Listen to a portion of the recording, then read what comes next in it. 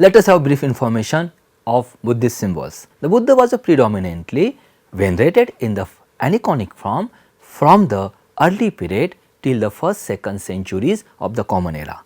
These symbols not only preserve the memories of historic events from the life of the Buddha, but also bear philosophical meanings. Symbols such as the stupa, Bodhi tree, diamond throw, that is the Vajrasan, triple gems, the wheel of Dhamma, that is the Dhamma Chakra, the footprints of the Buddha, that is the Buddha path, lotus, elephant, horse, vase of plenty, that is the Purna Ghat, are where Purna Ghat, that is the vase of plenty, were prevalent in early Buddhist visual imagery. Among these symbols, the lotus, Bodhi tree and diamond throne, the wheel of Dhamma and the stupa represent the birth, enlightenment, the first sermon and Mahaparinirvana of the Buddha respectively.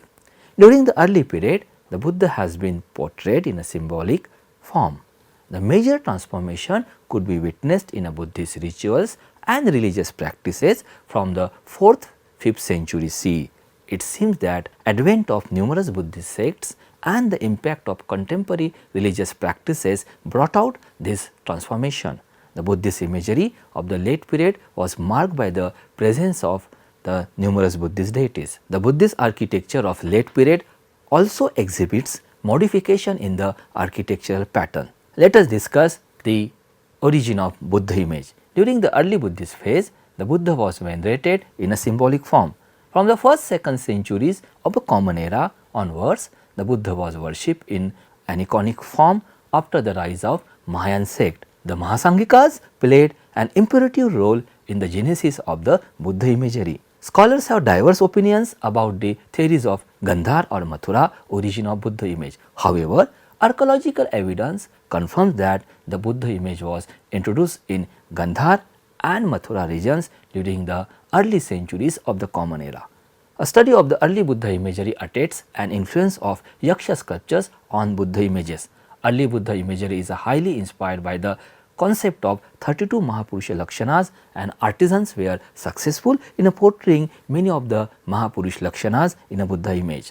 Seated or standing Buddha images widely started exhibiting different mudras, that is the gestures, such as a Dhammachakra Pravartana mudra, teaching pose, Dhyana mudra, meditation, Bhumisparsha, earth touching pose, Abhaya mudra, protection and Varad, that is a boon giving mudra. Buddha images of Mathura school, made of a fine variety of red sandstone, exhibit combined expressions of an ideal of an emperor and an ascetic. On the other hand, Buddha images of the Gandhara school, made of schist stone, display an influence of Greco-Roman art representing the predominance of the royal aspect. Buddha images of the post 5th century of the Common Era are known for their representation of regional features. Let us have a brief information on the imagery of Buddhist deities. An advent of Vajrayana brought about an immense transformation in Buddhist rituals and schema of Buddhist deities. The 5 aggregates, that is a Panchaskandha, were given anthropomorphic forms and deified into Vajrayana as a 5 Buddhas, that is a Pancha Tathagatas, thus giving rise to polytheistic Buddhism. However, the 5 Buddhas were said to have emerged from Adi Buddha or Vajradhar, the primordial Buddha, the embodiment of ultimate reality Shunya. The sculptures of Pancha Tathagatas, past Buddhas, Bodhisattvas and Buddhist goddesses were profusely depicted in the Buddhist visual imagery from the 6th-7th century of Common Era onwards. Bodhisattvas emerged as a savior deities protecting the laity from the miserable world by their virtue of compassion, that is a Karuna. Among the Bodhisattvas, the most prominent was Avalokiteshwar, whose different iconographic forms and images were abundantly seen in the Buddhist art of early medieval India. Bodhisattva Maitreya, also known as a future Buddha, had been depicted in a Buddhist art since the 1st-2nd century of Common Era, more prominently in Gandhara region. Among Buddhist goddesses, the most notable was Tara, who with her wisdom and compassion was shown as helping the laity to come out of miseries.